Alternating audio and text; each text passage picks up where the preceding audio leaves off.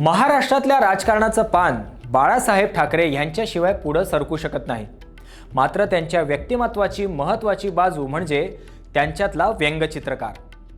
व्यंगचित्रकाराच्या नजरेतून महाराष्ट्रातल्या अनेक समस्यांवर त्यांनी नेमकेपणानं बोट ठेवलं होतं। त्यांच्या जन्मशताब्दीच्या निमित्तानं त्यांच्या मार्मिक व्यंगचित्राचा आढावा घेऊन त्यांना आदरांजली वाहण्याचा हा एक प्रयत्न। नमस्कार, मी प्रथमेश। बाळासाहेबांची व्यंगचित्र म्हणजे केवळ कागदावर ओढलेल्या रेषा नव्हत्या, ती काळाच्या शरीरावर केलेली एक अचूक शस्त्रक्रिया होती।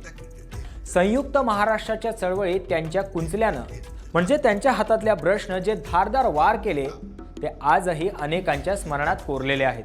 शैक्षणिक गोंधळ हे चित्र पहा। Too many cooks. मातृभाषा हिंदी आणि इंग्रजीच्या वादात शिक्षणाची कशी खिचडी झाली आणि विद्यार्थी कसा उपाशी राहिला यावर बाळासाहेबांनी अत्यंत मार्मिक भाष्य केलं होतं। नाकी 9 आले।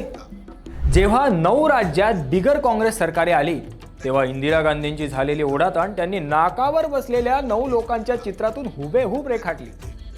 सत्तेचा समतोल बिघडल्याचं हे अचूक चित्रण होतं। The great royal circus. इंदिराजींनी जेव्हा मेडक आणि रायबरेली अशा 2 घोड्यांवर स्वार होऊन निवडणूक लढवली तेव्हा बाळासाहेबांनी त्यांना एका धाडसी सर्कस करणाऱ्या कलाकाराच्या रूपात दाखवलं होतं। मुंबई महानगरपालिका विजय। विरोधकांचे आरोप आणि वृत्तपत्रांचा पाठिंबा नसतानाही शिवसेनेने मिळवलेला विजय म्हणजे तुफान होता। संकटांचे साप ठेचत ठेचत पुढे जाणारा शिवसैनिक बाळासाहेबांच्या आत्मविश्वासाचं प्रतीक आहे। खरं तर बाळासाहेबांच्या व्यंगचित्रांचा आढावा घ्यायला अनेक तासांचा व्हिडिओ करावा लागेल, कारण त्यांच्या व्यंगचित्रांनी समाजातली सर्व क्षेत्र व्यापली होती। त्यांच्या राजकारणाचं व्यंगचित्राचं गारूड मराठी जनावर आजही कायम आहे।